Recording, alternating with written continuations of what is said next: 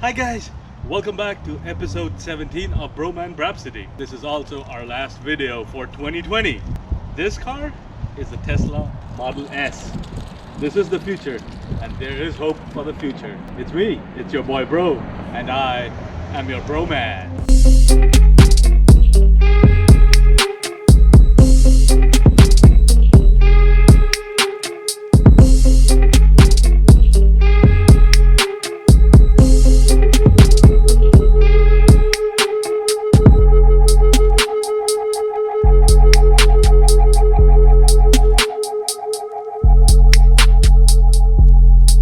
This is a 2015 Tesla Model S, and it had 4 variants. This is the 85. So this is rear wheel drive. This has about 380 horses, all electric. And the best part about it is it has a 0 RPM torque. Tesla has been the game changer lately. You've heard about Elon Musk, the founder of Tesla. And they are trying to change the automobile industry as we know it. We are going towards an electric car. That's the future. Electric cars are the future. We are going to run out of fossil fuels sooner or later. They make some exquisite looking cars, and this is no exception. So why would you want a Tesla? Well, the first reason, it looks good. It's not like your regular car. It's not like your regular car that you see on the road. Now this competes with your 5 Series and the E-classes and all that stuff. But this looks different. This is unique. Second, the low cost of maintenance.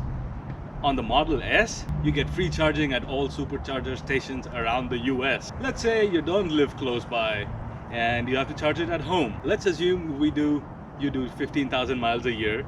This is a Model S 85 and an 85% efficiency.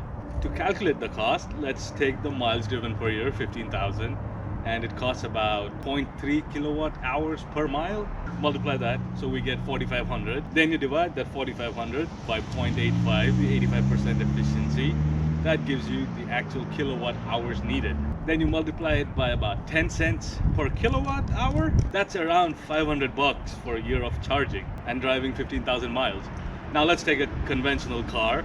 If you're driving 15,000 miles and let's say you get 25 miles a gallon, you need about 600 gallons of gas. So let's say the premium gas is about $3, so that's about $1,800 just in gas.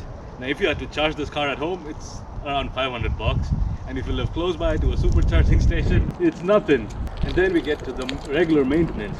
This has no engine, so there's no regular maintenance needed. You're probably just gonna need a set of new tires, and if something goes wrong, you have to fix that. But other than that, there is not much to it. Comes number 4, all of the features in this car. Let's go ahead and pop the hood and see what's under the hood, right? Just press twice on towards the front, and it opens up.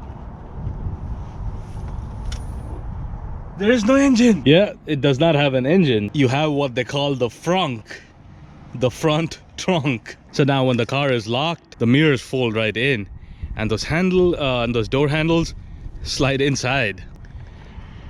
You just walk up to the car. As long as you have the key fob on you, this thing just pops right up. The door has a nice finish to it, and that color combination continues throughout the dash. That is very good attention to detail. Now once you're inside the car, there is no start stop button. It starts as soon as you enter the car, and it'll stop when you exit the vehicle. This has a pretty compact steering wheel here. The middle of the steering wheel is about the size of my hand. On the steering wheel controls, you have the option to increase and decrease your volume from here, skip the tracks, skip various tracks, toggle through the menu options, and the voice recognition button. To the side, you have 2 levers here. The first one is for your wiper blades and turn signals, and the one at the bottom, this is for you to set your autopilot and cruise control. On the dash, you have your analog clock, a digital clock.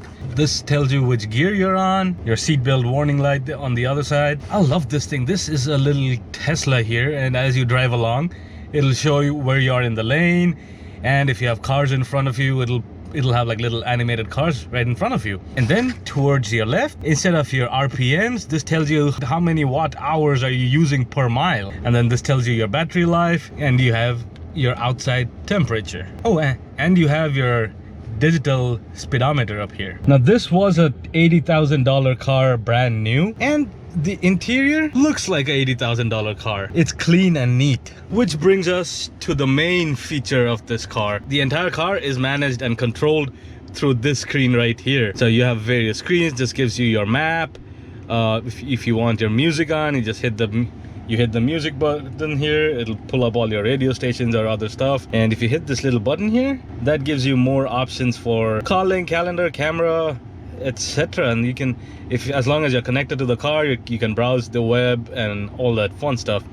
You can also stream Spotify and other streaming services. You have your seat heaters for both sides, the temperature controls right here, the front and rear defrosters, and the volume control. Then you see this little button that looks like a car. Well, press that. And this is where you'd control the entire car from. You want to fold your mirrors? Press fold. You want to lock the car? Press there. You want to open the front? If you want to open the front, you press open. You want to open your trunk? Press open. You want to open and close your sunroof? It's right here. Then you can control your lights from here. Your headlights are all here. You can set your driving modes from here. You want sport, chill, whatever. You can select creep mode, which is if you release your brake pedal, it'll creep along slowly. Traction control and range mode. If you turn range mode on, it's gonna preserve as much energy as possible by cutting down your heating and cooling, so that you get the maximum range out of it. Of course, you have the patented Tesla autopilot feature, and you can set so many things up here. You want other vehicle information, it's here. Their display, trips, navigation. See, and the best part about this navigation is it plans the trip for you in a way that you have all your supercharging stations throughout your trip, so you're never out of juice. And it does all the calculations for you, like how long does it need to wait, and how long does the brake have to be. You don't have to sit and calculate anything. It does everything for you. All the upgrades in this car are over the air, so you can update your software and things like that just by this. Now this is the coolest feature of the car, but this is also the feature that I kind of don't like, and I'll tell you why. If this thing goes bad, if the screen goes bad, you can't access most of the features. I mean, you can drive the car around, but you can't access most of the features. There's a button here to the side. This opens your glove box. The seats have a nice touch and finish to it.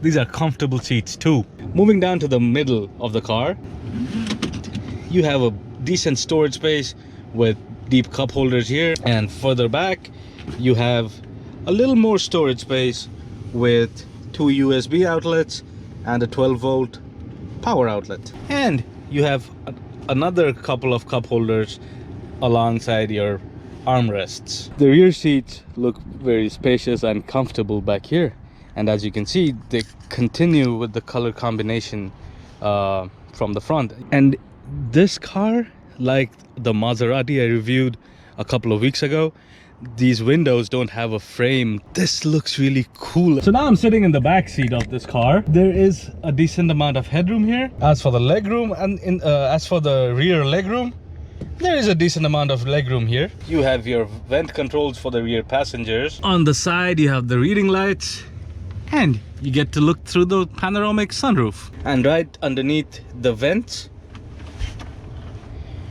you have cup holders for the rear passengers. So this car has 6 cup holders, 4 in the front and 2 in the back. Then you have the more traditional trunk at the back. To open the trunk, again, you take the key fob. This is the front of the key fob, this is towards the back. You press this twice. Looking closer at the trunk, there is a lot of space in there. There's a lot of space. There's some hidden storage space as well. If you look under here, you have this little hook. You pull it, and there's a little more storage space down there.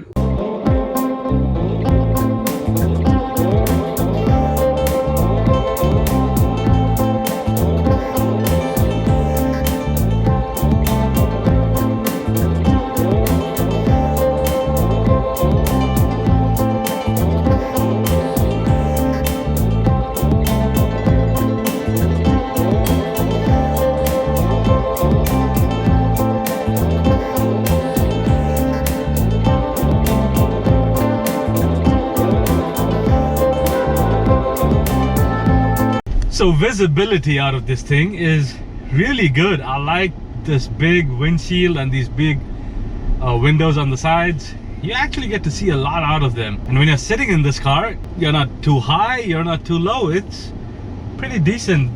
So the one thing you really have to get used to is how quiet this car is. This is uncanny. There is no sound. There is no engine sound, no exhaust note, nothing. The ride quality is quite nice. We just went over a couple of bumps there and I didn't feel much of it. Alright, so now we are at a stop sign. So nothing there, no one there. Let's see the 0 RPM torque, right?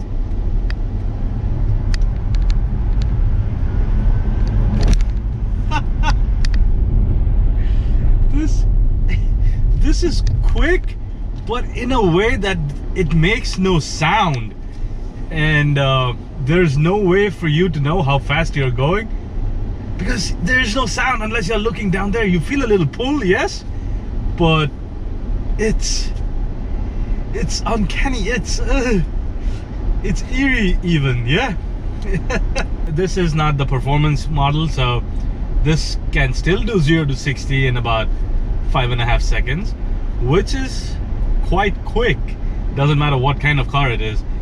0 to 60 in 5.5 seconds is plenty quick. You get a really good driving experience in this car. The finish is really beautiful. It's a Tesla, so like most luxury brands, you are gonna be noticed wherever you go. Doesn't matter where you go, who you meet, people will always look at a Tesla and be like, oh dang, look, a Tesla. It's the future. It's got a lot of tech stuff towards it. It's plenty quick, it's luxurious, it's comfortable. I mean, that's what you want your luxury car to be. So, and this has all of that. Yeah, and it being an electric car, you might be thinking that, do we have the infrastructure if I want to go on a long trip, on a road trip or whatever? Yes, they do. With time, they have set up a nice infrastructure of supercharging points and whatnot. So when you plan your route or you plan your trip in the navigation system, it takes into account all of the, they call them the hops. So it takes into account all of the hops along the trip, along the route, and it will alert you when it needs to stop. It'll route from one hop to the other, and it'll tell you like how long does it needs to brake for. 20 minutes, 15 minutes, 30 minutes. That's how long it's gonna take to charge and to get you to the next hop. This can be your family car. You could haul your people around. You could use these. You can use this car as a daily driver. That's what it's meant to be. And you're saving the environment. You can do long trips, short trips, day trips, night trips, overnight trips. It's got you covered. This is what I was talking about, like when you're driving along, this little display here, it shows you cars in front of you, on your side, and that's so neat. That is so neat, and it updates it in real time. So you see I have a truck in front of me, so it has a little, it shows you that there's something in front of me, and see I have a car in front of me. Oh, and before we head back to the Mini to wrap up this video, I would like to wish you guys a happy new year. Over to you, Mini. Oh, hey, what are we doing today? The Tesla. Oh, okay. So the cost of ownership for the 2015 Tesla Model S. So it's gonna need a new set of tires every 30,000 miles or so. A new set of tire costs you about $900. Then there are a couple of things that go wrong with Teslas. For example, that one door handle that you all saw that pops out when you walk close to it, well, it tends to get stuck at times, and then that needs to be changed. That's about $1,000 for one door handle. This car has had 2 of those, so that's $2,000. And then you'd have to change the battery once, and that's not the main battery, that's the battery for your electrical systems and stuff like that. That's about $300 from your Tesla dealer. So that gives you a combined cost of $3,200. Divided by the number of days, it's about $1.50 a day. Now that number can be a little misleading. Why? Well, you will be saving a lot just on gas if you have a Tesla. Pumped in his calculations, and what, you would be saving about $1,000 a year for if you drive 15,000 miles. And over 6 years, that's $6,000 you save just in gas. So, see? So let's go ahead and assign it a score. On the looks, it's a 9 out of 10. On the Braap, it has no Braap. It makes no sound, no noise, but it's quick. So I'll give it a 1 out of 10. On the maintenance, we just talked about it. The savings are more than the things that you would have to do on it. So it gets a 10 out of 10. And on the usability, it's a hatchback, but it's more of a sedan. It's got 2 trunks. I'll give it an 8 out of 10 for a combined Bhromance score of 7 out of 10. Now the Tesla Model S is one of the 4 models that Tesla produces. There's the S, there's the 3, there's the X, and the Y. So sexy. Electric cars are the future. All of the other manufacturers are jumping on board. Ford has theirs, Chevy is coming out with their own, Porsche has theirs, and pretty soon every major automobile manufacturer will have some sort of an electric car. The Tesla Model S is a pretty quick car. It is good looking. It'll get you a lot of attention. It's got plenty of space inside. It's spacious.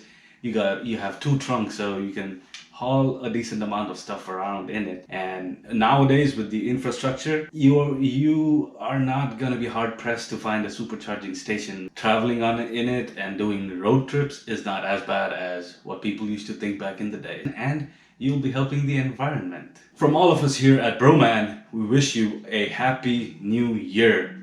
Thank you for all of the love that you guys have shown us this year, and we will continue to provide more videos and more content in 2021. Thanks for watching. I'll see you next year. Bro out.